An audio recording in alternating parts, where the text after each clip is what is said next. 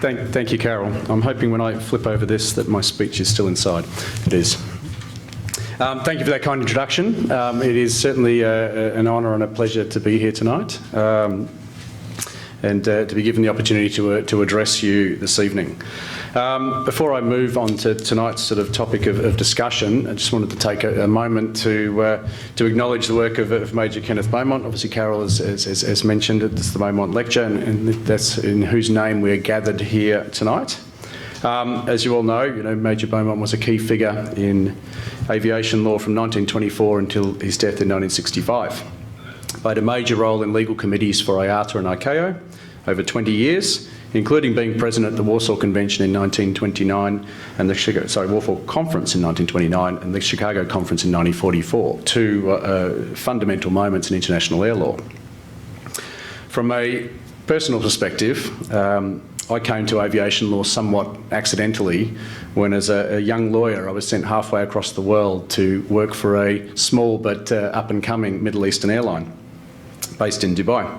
On my first day in the Emirates office, I was handed 2 volumes. I was handed a copy of an IATA publication entitled Principal Instruments of the Warsaw System and told where to find our loose-leaf versions of Shawcross and Beaumont. I was confidently informed that everything I needed to know was contained within those 2 sources, and I'd be right.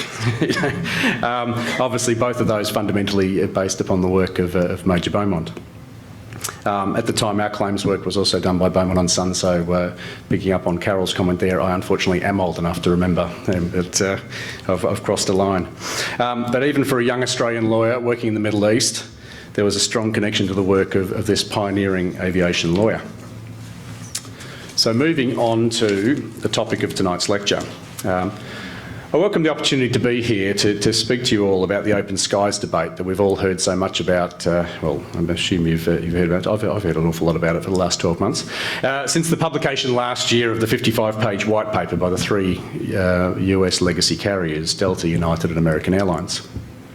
There's been an enormous amount said over the last 12 months on this topic. So I just wanted to take the opportunity to cut through some of the rhetoric and address the factual and legal issues from the Emirates side. Because there certainly has been a lot of rhetoric. We've all heard repeated, I say ad nauseum, the sound bites referring to $42 billion of government subsidies, wheelbarrows of cash, the largest proven trade violation in United States history. Flights being operated on an entirely uncommercial basis, US carriers being overwhelmed by a tidal wave of Gulf carrier capacity. Sounds bad, right? Why wouldn't the government want to take action? More recently, these themes have also been picked up by interested parties in Europe, repeating the US allegations to some degree without further analysis or consideration. All of that tends to gloss over the fact that it's a highly complicated issue and not a simple case of us versus them. A number of other parties in the US and Europe have come out strongly in support of open skies and maintaining a strong pro-competitive environment, including JetBlue, FedEx, the US Business Travel Association, a number of airports and other trade associations. So what I'd like to do, hopefully, if I keep the pace right over the next 30 minutes or so, is just take a little look at a little more closely into the facts as they apply to the Emirates side, and how these facts apply to the legal frameworks that are applicable in the open skies context. When we do so, you'll find that in the case of Emirates, there are no subsidies, nothing has been proven, and the allegations are based on sort of inaccurate assertions, assumptions, and legal misinterpretations. So I thought I'd take the chance to sort of just step through what actually has been said about Emirates by the legacy carriers in their white paper. So let's break it down for Emirates in particular. While the legacy carriers prefer to refer to the headline-grabbing amount of $42 billion, the amount they could throw together for Emirates comes to $6 billion.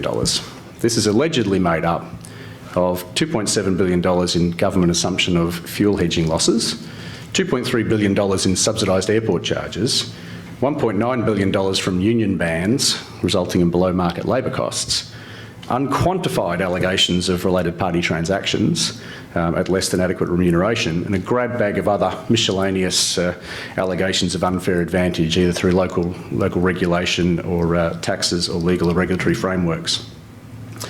Many of these allegations are also dressed up in the spectre of a lack of financial transparency. Simple fact on that point is that Emirates has published fully audited financial results statements since 1993. And what these financial statements clearly show is that Emirates is not subsidised and is run on a fully commercial and consistently profitable basis. So what I wanted to do, again, just to briefly just have a look at each of these main allegations and step through, say, the facts from the Emirates side. So legacy carriers claim that the Dubai government shielded Emirates from massive losses on fuel hedging contracts after a sharp decline in global oil prices in 2008-2009. This allegation is based on a number of assumptions made in a report by Capital Trading. It is true that when fuel prices plunged in 2008, that Emirates and its shareholder ICD agreed that fuel hedging contracts would be transferred to ICD, so that non-realised paper losses on those contracts under mark-to-market accounting did not present a misleading portrayal of Emirates' actual operations. This transfer is clearly referred to in the Emirates financial statements for that year. Notwithstanding that transfer, all actual payments on those contracts at maturity were ultimately paid using Emirates' own cash resources through dividends paid to ICD specifically for that purpose. In addition, Emirates at all times had sufficient cash and credit to meet all calls for collateral in relation to those fuel trades, and actually provided up to $1.6 billion of letters of credit to ICD to meet cash collateral requirements along the way. Neither ICD nor the Dubai government absorbed any losses from those transactions, and ICD ultimately made a profit when the price of fuel went up the next year. And those transactions were completed. Many other carriers were affected by fuel hedging arrangements that year. Delta itself chose to announce its financial results by excluding mark-to-market losses and other actual fuel hedging losses, as they state in their financial statements, in order to represent financial results related to operations and to help investors evaluate the company's recurring operational performance.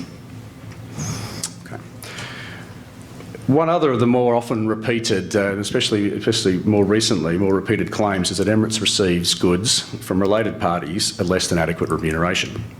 And this one seems to be getting a lot of airplay at the moment. The legacy carries a claim that virtually every supplier of goods, services and capital that Emirates needs is a related party. They then go on to note that our related party transactions in the most recent year, when they produced their paper, 2013-14, represented around 10% of Emirates' operating costs.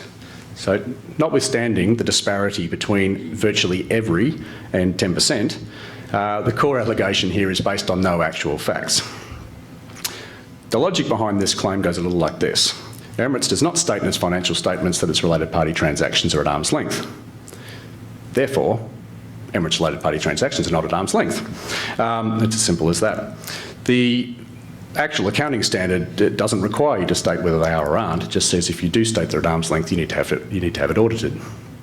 So there is a fundamental failure of logic in this argument. However, understanding that this was something that the optic was easily fixed on, as a result of the controversy in our 2014-15 financial statements, we entered the statement that the transactions were, the related party transactions were all at arm's length, and received a clean audit sign-off on those statements. In addition to this, we did a detailed analysis of a number of specific allegations as to related party transactions referred to by the legacy carriers, relating to the purchase of fuel, leasing of aircraft, and provision of ground handling services. These analyses showed quite clearly that Emirates pays ENOC, a related fuel supplier, substantially the same prices it pays to suppliers like BP, Shell, Chevron and Emojet at Dubai International Airport. Even more interestingly, it showed that Emirates pays more for its fuel in Dubai than it does at most of the airports it flies to in the United States. Emirates leases aircraft from Dubai Aerospace Enterprise on substantially comparable terms as the same aircraft leased from an unrelated party at the same time. And that Donata actually earns a higher profit on its services from Emirates at Dubai International Airport than it does on other carriers. At the very least, we can hope that this analysis will put to bed once and for all the persistent but unfounded rumour that Emirates has access to unlimited free fuel, a rumour that always failed to consider that there was no aviation fuel refining facilities in Dubai or the UAE, and that Emirates uploads at least half of its fuel at airports outside Dubai from unrelated third parties. Okay. Legacy carriers also asserted that Dubai International Airport user charges failed to recover the full cost of infrastructure, and that this disproportionately advantages Emirates in its hub operations in Dubai. They also assert that the collection of a passenger fee on departing but not connecting passengers is also a subsidy to Emirates.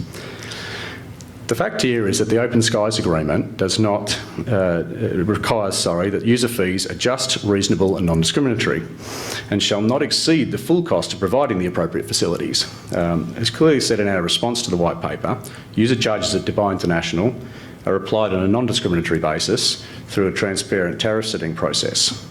As to the claim that these fees are too low, the law actually prevents parties from charging more than full costs. It does not set a floor on charges or require airports to cover their full costs. Consultants engaged by the legacy carriers ignored this and found a subsidy in the assertion that the airport charges are too low. The reality is that many airports worldwide do not charge to cover their full costs, including many airports in the United States, and the US DOT and FAA do not require them to do so. Okay. The allegation of subsidy based on the passenger fees ignores the fact that there is no legal obligation to collect fees on connecting passengers. Major Asian hubs such as Hong Kong and Kuala Lumpur exempt transfer passengers from passenger services charges, and passengers transferring at airports in the UK, Hong Kong and Taipei are also exempted from airport or air passenger taxes in some cases. Finally, the legacy carriers also allege that Dubai provides an artificial cost advantage to Emirates through the structure of its labour law. Even they admit that this doesn't constitute a subsidy, so they bracket it in with a miscellaneous grab bag of other smaller allegations as an unfair practice or an unfair cost advantage. This is because neither the United States nor the UAE has ever agreed that labour laws can confer a subsidy. There's no precedent under an Open Skies Agreement or under the Open Skies Agreement or under any international trade agreement for treating differences in national labour practices as a subsidy. The United States has always strongly objected to such efforts, as US labour laws depart from International Labour Organisation conventions in numerous respects. I'd posit to say that given the significant differences between the labour law practices applied in the European Union and in the United States, the application of this standard could lead to some interesting discussions. So that's a sort of a quick skip through, the factual side from Emirates' side. So I'd like to move on now to sort of a quick review of the legal framework around which legacy carriers' allegations are based. More specifically, what is the correct legal standard that should be applied here? The white paper relies on a WTO framework. Why? Because this is a legal framework that most conveniently fits their narrative regarding unfair competition from the three Gulf carriers. However, this is the wrong legal standard and does not apply to air transport services. Pardon me. The legacy carriers cite the WTO Agreement on Subsidies and Countervailing Measures, the SCM agreement, as the operative set of rules for airline subsidy issues. This is wrong. The SCM agreement applies to goods, not services, and air transport most clearly is a service. Services generally are covered by a different WTO agreement, the General Agreement on Trade in Services, GATS. However, the GATS explicitly excludes air transport services. In fact, the United States has strongly opposed the inclusion of air transport services in WTO, free trade and other trade agreements. Moreover, even if GATS did apply to air transport services, which it does not, GATS does not include any rules on subsidies for services, since those rules have not been able to be negotiated between the various countries the party to these agreements. So, obviously that leaves the question, what is the correct legal standard that we should be considering here? Air services between the United States and the UAE are governed by an open skies agreement, and it's the terms of that document that should provide the appropriate legal framework. Even when referring to this document, legacy carriers misinterpret the legal requirements. According to them, government subsidies violate Article 11 of the Open Skies Agreement, which addresses the fair and equal opportunity to compete for carriers of each party. This is not the correct article. Subsidies are expressly addressed in Article 12, which sets out specific procedures dealing with artificially low prices due to, amongst other things, direct or indirect government subsidy or support. Article 11 contains no reference to subsidies, so Article 12 contains the exclusive remedy for subsidy concerns under customary international law. What is clear from Article 12 is that government subsidy or support is not itself prohibited, but only constitutes an issue if it results in prices that are artificially low, and both parties to the agreement agree that it gives rise to a legitimate need for protection. In its interpretation of Article 11's reference to fair and equal opportunity to compete, the legacy carriers are choosing to equate this with a generalised level playing field in all aspects, something that it's not intended to cover and that would cause more issues, in our opinion, on the US side than in the UAE. Article 11 clearly deals with access to a market, which Dubai clearly complies with through its long-standing open skies policy at Dubai International Airport. With regards to the allegations about airport charges and fees at Dubai International, again, the WTO provisions do not apply, but if they did, they specifically provide that a government's provision of general infrastructure, like an airport, is not a subsidy. The correct legal framework, as I referred to slightly earlier for this allegation, is Article 10 of the Open Skies Agreement that expressly addresses airport user charges and requires that these must be just, reasonable, not unjustly discriminatory and equitably proportioned among categories of users. Also, those user charges may reflect but not exceed the full costs of providing the facilities and services at the airport. As has now been widely acknowledged, the Open Skies Agreement does not allow for any unilateral freeze on traffic rights for any economic or commercial reasons. So the initial calls from the US carriers for a unilateral freeze on any new landing rights, additional landing rights, would have been a clear breach of the agreement by the United States. And it's not just Emirates that is saying this. In response to the current debate, the WTO's Director of Trade and Services has also said that the aviation sector is outside the scope of WTO. Further, an Air China executive has commented that WTO-like processes will be difficult to apply in air transportation, since aviation is considered by many countries an instrument of national policy, putting paid to much of the legacy carrier rhetoric that this is an issue that only affects the three Gulf carriers and could not possibly spread to any other country or carrier.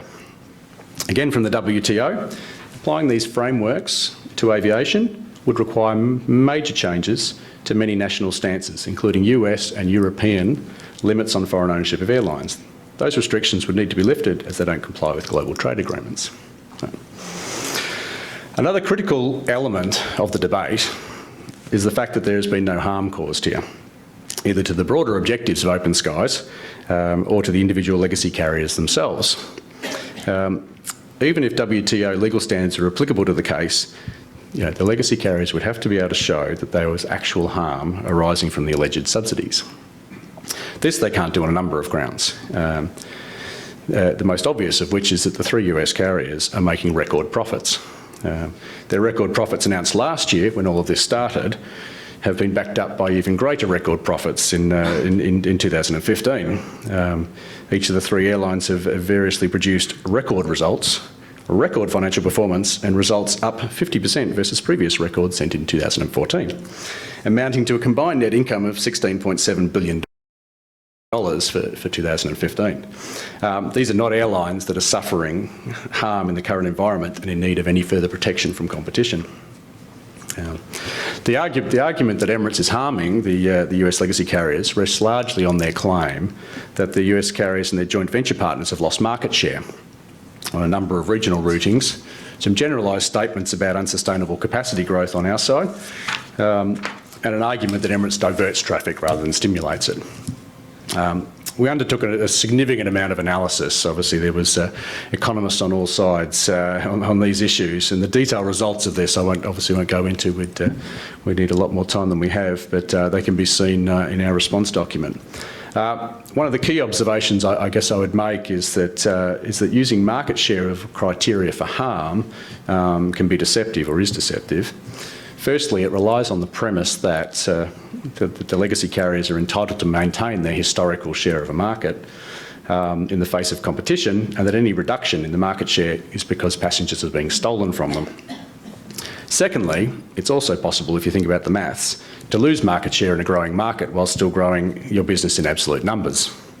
While we don't have time tonight to go into intricate detail on the economics and route analysis, the results of our review of the statistics of absolute passenger numbers on routes into the United States before and after our entry into the market shows in every case that there was a growth in absolute bookings after our entry in all cases.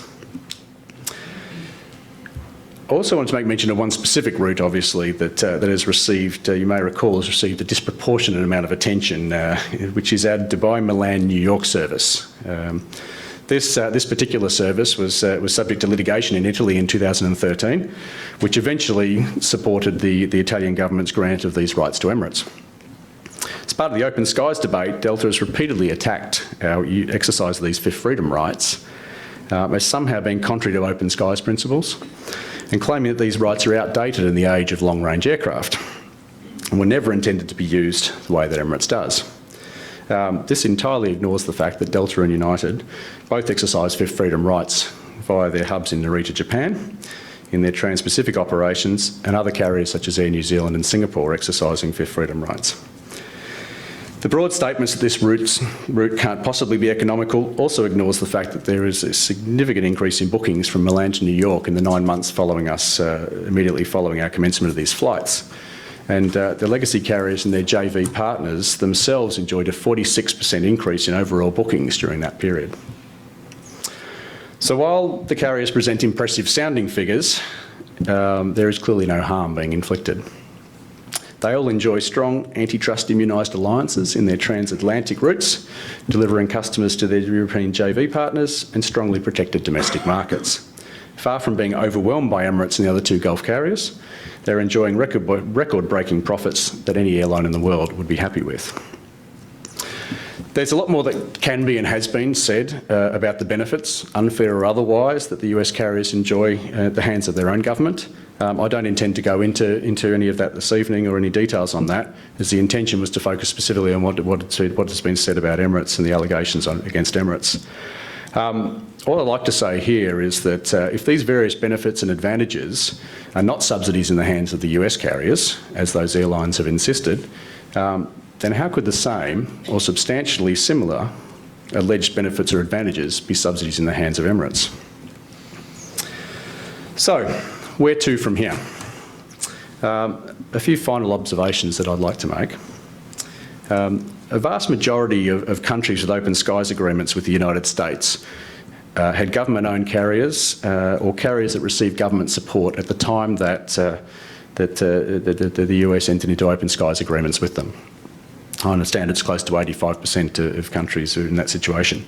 Many countries remain government-owned, as we are, and many others in receipt of government support. Yet the legacy carriers would have us believe that it is only the UAE and Qatar that this debate could ever apply to. We are the only global outliers. This is very important that they have to present this in aberration rather than a broader attack on open skies. Picking up on a few more recent comments, American CEO has said he doesn't know if Chinese state-owned carriers receive government subsidies. This is despite the fact that the 4 main Chinese airlines report government subsidies in their annual reports.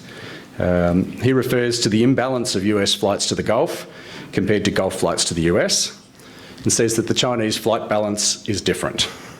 This shows their interest, in my mind, in reciprocity of outcome, not open skies.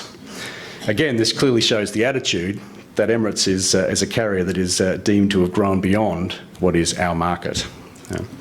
Delta has also chipped in on this topic, stating that the Chinese carriers are just a totally different ballgame, as they are growing at the same rate as other airlines and are operated commercially. Even the press that was reporting on those comments had to point out that these Chinese carriers are majority state-owned, openly receive government subsidies and benefit from expensive airport facilities financed by the Chinese government. Delta's CEO has also chosen to draw a distinction between the UAE and Emirates and Singapore Airlines, stating that the difference between Singapore and these places in the Middle East is that Singapore has a very large population and is the centre of a large population base. The fact is, and I had to turn to Google for this, the UAE's population at 9.3 million is almost twice that of Singapore at 5.7 million.